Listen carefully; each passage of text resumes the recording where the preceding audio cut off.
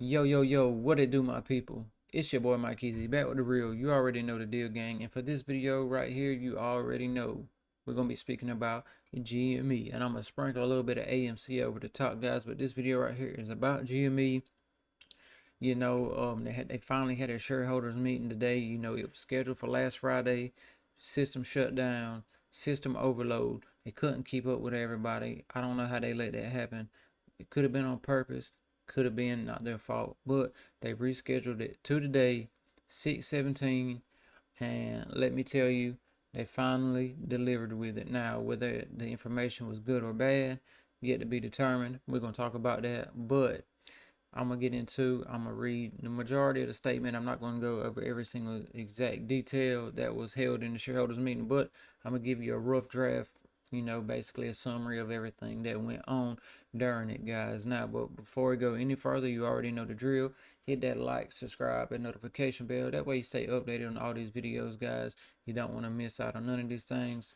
I'm gonna be giving you some great information and so on and so forth. And I also want to notarize over the top. I am not a financial advisor. I just tell you about what I do, what I think, and it's up to you to do what you do. You know what I mean? So, with all that being said, let's get into this video. I'm not trying to hold you up too much. Raw and real, baby. That's how I'm giving it to you. So, let's start with the news. Okay, like I said, GameStop ended the day 24.30. That is you can see 15.33% drop today, minus $4. Initially, it opened at 28.55. Then it went up. It looked like it was going to be a good day. I'm not going to lie to you. For the first couple of minutes, it looked like we was going to do very good. It went up to 29.18. Then it kind of like stalled out for a second. Then it dropped, went up, dropped, and continued to drop basically for the whole day, guys. But this is what Ryan said, guys. Some people call him RC, some people call him Ryan, some people call him Ryan Cohen. He's the big dog. He's the one sitting at the round table with GME. The big dog, the one that calls the shots, ones that break the news. And I ain't gonna just say he calls the shots, but he's one of the big dogs. He kind of pinpoints where they think the company should go, and he writes the tickets off. So let me read you what he said today. Right, this is him coming at the shareholders meeting, and this is him speaking. I'm just reading it out. Thanks, Mark. Hi, everyone. I want to take a moment and discuss the retail business and the future of GameStop. With respect to retail operations, we plan to continue reducing costs and focusing on profitability. Revenues without profits and prospects of future cash flows are of no value to shareholders. It was seeming pretty good up until that point, right? This means a smaller network of stores with an expanded assortment of high-value items that fit into our trade-in model. Basically saying they are going to continue to withdraw out of brick and mortar stores. They can continue slashing the number of brick and mortar stores, and they are going to try to continue adding in high value equipment, high value items. That could be good or bad. I'm pretty sure GameStop, a lot of their customers are not in the upper echelon of people that's making a lot of money. They're not in the upper echelon of society that's making the top 10%, I'd say, of cash. Most of GameStop's customers ain't making 150, 250,000 a year. Mainly lower class people, the ones that's got the time to play the games and stuff like that. But it continues. Having a strong balance sheet, especially in times of economic uncertainty, is a strategic advantage. While the future is always uncertain, the last decade's monetary and fiscal policies, both within the U.S. and globally, are historic anomalies. Exiting from an ultra-low interest rate environment is likely to have unforeseen reverberating effects across the economy, as seen with inflation hitting 40-year highs in 2022. Under the current interest rates, an investment made in today's economic climate must bear a higher return threshold. As my father always said, actions speak louder than words. We're focused on building shareholder value over the long term. We're not here to make promises or hype things up. We're here to work. Thank you for being a shareholder. And that is the basic summary of the shareholder meetings guy today. And when this came out, I think it kind of really broke a lot of people's heart. I think it kind of, I'm gonna be straight up and blunt, honest with you. I think it broke a lot of people's heart. I think it shot a lot of people down, and I think it turned a lot of people away from the GameStop stock, guys. And what I mean by that is, over the last couple weeks, um, people looked at GameStop as an investment opportunity, a way to make some, fairly good amount of change in a short bit of time. Especially with Roaring Kitty, aka Keith Gill, coming out with his live stream, coming out with his memes on X, hyping everything up with his call options that he later exercised, and used that money to invest back in the shares in the company. Um, it looked like nothing but green, for the future, at least for the next coming weeks. It looked like it was going to be another one of them ones, if you know what I'm talking about. If you was around GameStop back in 2021 when they did the short squeeze and, Keith Gill got his feet wet, that's when he made his name. That's when the stock was at an all-time high. Um, it was a great time for investments. It was a great time for investors, especially the short sellers. And, you know, it was a great time, and people had thought that it was going to be around the same thing again. Everything was playing up, maybe not to that extent, but everything, all the pieces of the puzzle was falling into place up until just a few days ago, being honest with you. And you know, even me, I looked for, some great opportunities coming into stock in the next coming weeks and the next coming days. Especially this week right here. This week right here was supposed to be a big one, guys. This one right here was supposed to be, that week that just rocketed up, man. But like I said, I'm gonna give it to you all real. And this may be not want what you want to hear, but I gotta say it anyways, guys. If I'm doing my job, I gotta tell you what I think and how I see it. Um, as far as making a quick buck, as far as GameStop taking that leap to the next level,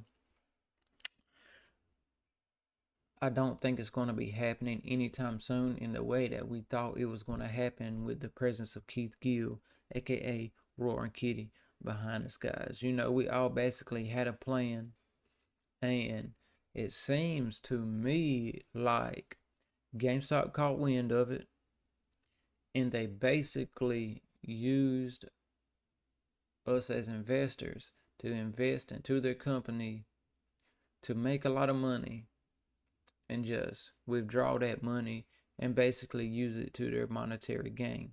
It's like they put it into their savings accounts. They put it into their accounts.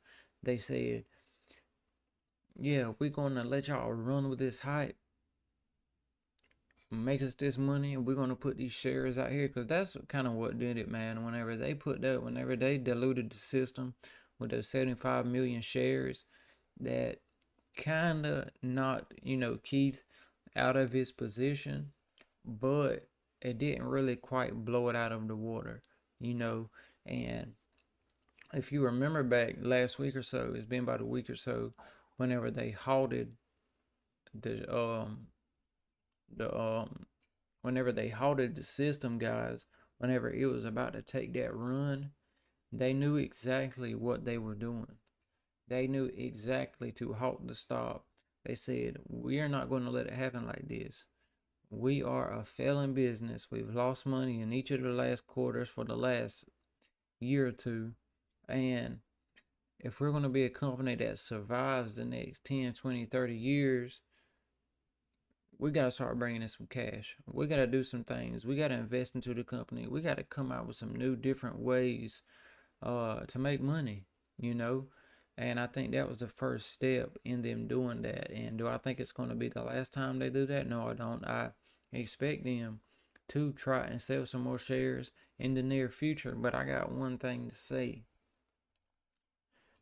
You got the small traders one time. So it's basically 1-to-1. The last time in 2021 when they did the short squeeze, it was basically like the smaller guys sticking it to the big man, sticking it to the hedge funds, running up that cake. That's when, Keith Gill became a millionaire. We thought it was going to happen again, but like I said, I think they had measurements in place. They had their team because they watch social media. Don't think they don't watch social media. Watch what the Reddit saying. A lot of the Reddit buyers was a lot, including myself, was the ones that bought into that 75 million shares that contributed to that $4 billion that they just made, and they used it to their advantage, and they kind of crapped on the little guys. They basically they were like a store. The guys went in there, paid their money, hoping for a great return, but it was just like taking candy from a baby from them. You know, that's why he came out with this statement right here, basically saying we're here for long-term investments. We're focused on building shareholder value over the long term. We're not here to make promises or hype things up. That's basically a shot at the short squeeze, a shot at Keith Gill. And if you notice, they don't mention anything about Keith Gill in here. And I'm not saying they would, but I thought it was a possibility, especially him being the fourth most valuable shareholder in the company. They gotta recognize him. They know who he is. And him playing his little games about buying the same amount that Ryan Cohen had before he stepped onto the board himself. Well, we thought anything could happen. And these days in time, man, anything can happen. You can't mark anything off the calendar. You never know what might pop up. But long story short, they got us. They got us, man. They got us. And I'm gonna be real with you. I don't see it. I don't see nothing big in the foreseeable near future of GameStop, guys. I think our boat has sailed. I think last week was really probably the biggest jump we was gonna get. This was the worst case scenario. I thought today they was gonna come out with some grand news. They was gonna come out and say, "Hey, look, we got a plan. We're doing this, this, and this," and the stock was gonna go up. Basically, they came out and said, "Hey, we're getting rid of stores. We're including more high price items in our stores, and we're focusing on long term investment." And that was like everything we didn't want to hear. You know what I'm saying? They didn't mention anything about how we helped them raise all this money for their business. They didn't not that they would, not that, we were expecting them to say, "Hey, thanks for all the small time investors and all of the small time traders looking out for us, man, being valued customers." That's how you. It doesn't make me feel like they really value their stockholders because of stuff like this. You know what I mean? It's really like a slap in the face, if you want to be honest with you. And so guys, I think it's for the foreseeable future, I think it's off, man. I think it's off. If you got a position, not saying it might not rise a little bit in the next coming days or the next coming weeks, it quite possibly could. But going up to that 40, 50, 60, $70 threshold that we was, hoping and just knowing it was going to do, I really don't see it doing it like that, guys. Just being honest with you. Not right now. Maybe if something drastic happens, maybe so. I don't know exactly what Roaring Kitty has in his back pocket as his wild card. I'm pretty sure he does have something. Like I said, he's got his 9 million shares right now. Still, exercising. But like I said, Keith Gill is a man of few words. He's a man of more memes than he is words. And he posted this meme right here. Actually, we'll look at both of his posts. He posted two things. He posted, let's go back.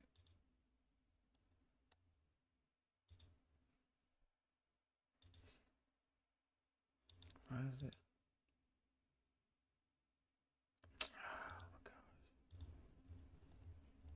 Okay, so he posted this, right? And if you don't know what this is, then I don't really know what to tell you. But it's basically like, yeah, he's exactly expressing himself through internet images and videos. Um, it's basically like a tennis player. You can't be serious, guys. You can't be serious about what just happened, what Ryan Cohan came out and said, because Roaring Kitty's looking at it too. He's like, what is the shareholders meeting going to be about? What are they going to say? Is it going to be to our advantage? And I'm pretty sure he was probably thinking more like we were, guys. It was going to be a lot more great news, and the stock was going to go up. But from this image right here, it's definitely not saying that. And then you scroll on up into his last one that he posted. And if you don't know this movie right here, this is actually a Disney movie, guys. It was actually a pretty good movie. Um, and people's like, why would he post this meme? Like, what is the significance of this meme right here? And it's actually a very good, a very good. Basically, this is what I got from him posting this meme right here is that he's seen what happened. He sees what happens. He knows he's got a big following. He knows he's got a bunch of people that was depending on him and that was following him and that was basically entrusting their money into him for this stock to rise up, you know. And he's like, he can really foresee the future, and he doesn't want to be he doesn't want people to be mad at him because it didn't turn out how he wanted it to. So he may go away for a while, you know. And it's kind of sad because, you know, I do think Roaring Kitty is for the people. Yeah, he's for making money and everything, guys, and he's for sticking it to the big man. But I really think he does care about his fans and care about his people. You can tell from the live stream that he did that he was so excited to get back on live stream, and so excited to talk to his fans, see what his fans had to say and everything. So I don't think it's fair to him to bash him or to, you know, talk bad about him. Like, how could you lead us down this road knowing this could happen? That's how stock investing is, guys. It's a risky move. It's a great opportunity to make some cash, but it's also a great opportunity to lose an investment. And so I don't think Roy Kitty should be at fault of this. You know, he lost out just like we did. He had chances to make a whole lot of more money than what he made by selling his call options at the beginning, you know. And it just is what it is. So, like I said, I don't really see it, you know, boosting back up no time soon. Maybe it will. Maybe some stuff will work. Maybe it won't. But see, look, what happens to Bruno in Encanto? Bruno disappears in Encanto because his ability to see the future upsets everyone around him, and he doesn't want that to be the case. That's basically how Rowan Kitty is feeling right now, guys. He just wants to disappear because he knows people's going to be bashing him. People's going to feel like they've been letting down. And he may feel like people won't trust him again, or people's going to have a harder time trusting him because of that, guys. So don't take it out on him, man. You know, after because whenever the stock does good, you're praising him. When things go right, you're praising him, and when things go wrong, and you know how they do into the market, you can't bash the guy. You know, but so yeah, that's the basic update, guys. With the shareholders meeting today, and that's really what I think about the future of GameStop is. Um, but I know the next time they try to sell the shares out and think that people are going to do it, we got to stand together and we got to say, no, we're not doing it. We got to drive the stock down.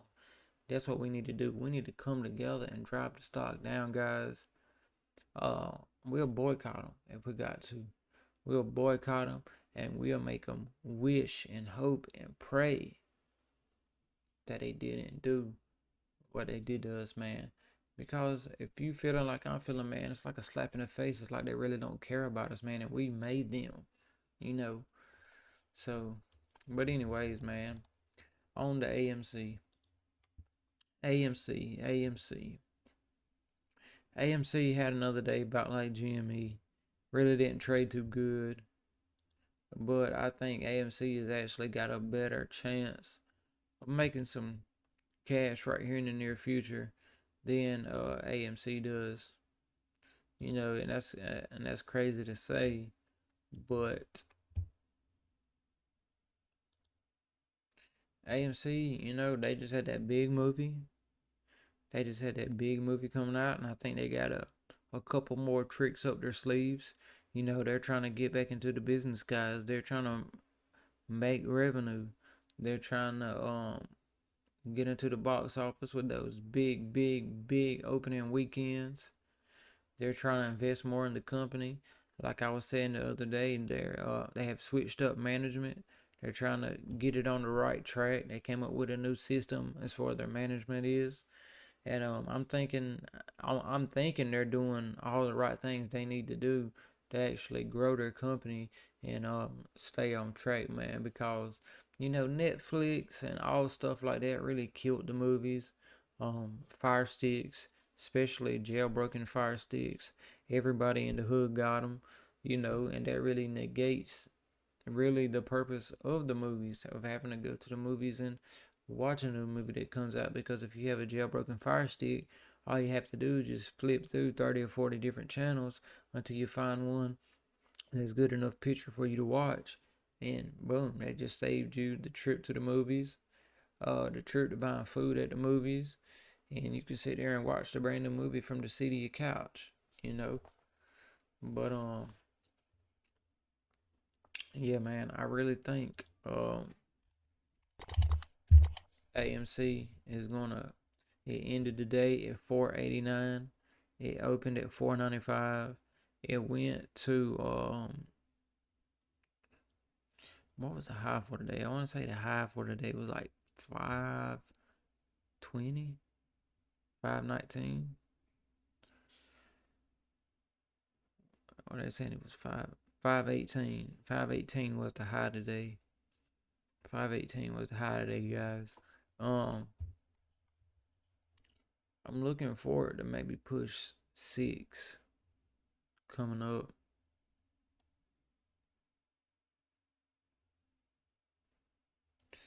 Yeah, and see that rating between the house person 2024. Yeah, because that movie did stupid numbers, and it's still doing stupid numbers, guys. And that's good. That's good for the company. That is great for the company.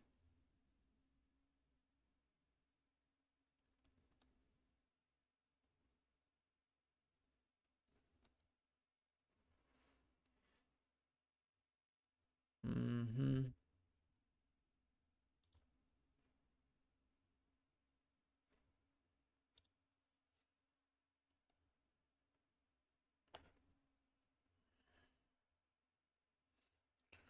Vanguard still has the most shares with 24.8 million, rate of $121 million.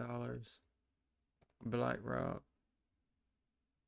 all the big guys.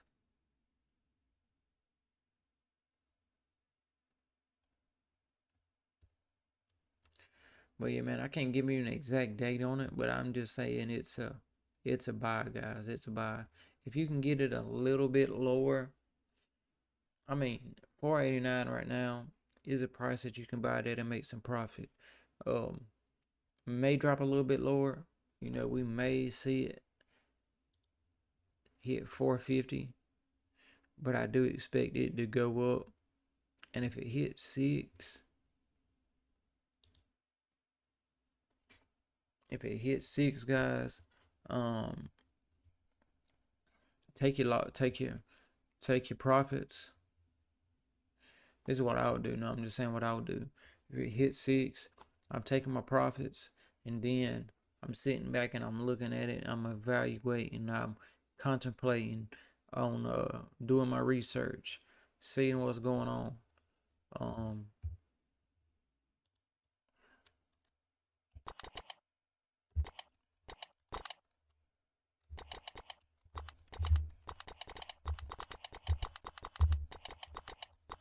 Hold on, let's do this first.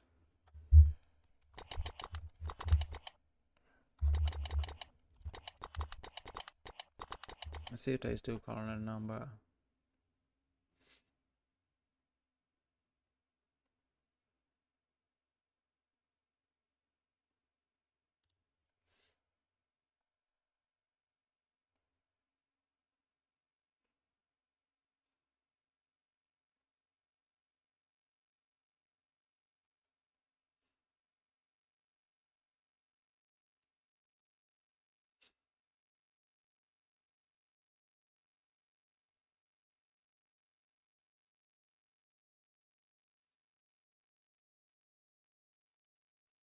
GameStop, I mean, AMC is still 20% above the 50-day moving average. So that's good for being right now.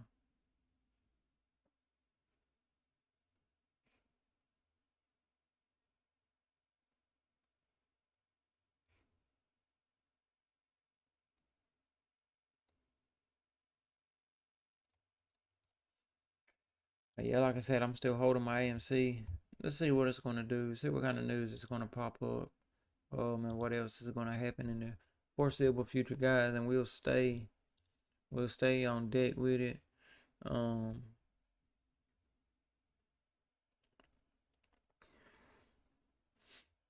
If it hits 6, I'm seeing if it hits 6, I'm seeing a chance of it hitting $7, $8, depending on, you know, what comes out, and how they dictate that they're going to try to take the business, and how they're going to just try to, increase profits, because that's really all it's about, guys. So yeah, man, I ain't trying to hold y'all up too much. I appreciate y'all. I'm holding my AMC, and I'm thinking about dumping my GameStop at depending on what it does the next couple of days, man, I might dump it. Just being honest with you, because it's so uncertain right now. I can see it dropping back down to 14, $15 a share. So we'll see. Appreciate you guys. Appreciate you guys for rocking with me, man. Make sure you like and subscribe and hit that notification bell for more updates. Again, I'm no financial advisor. I just tell you what I see and what I do, and it's up to you to do what you do, guys. Appreciate you. Drop a comment. Let me know what you think about the video. And until next time, you already know. We'll keep it real, man. Let's get it.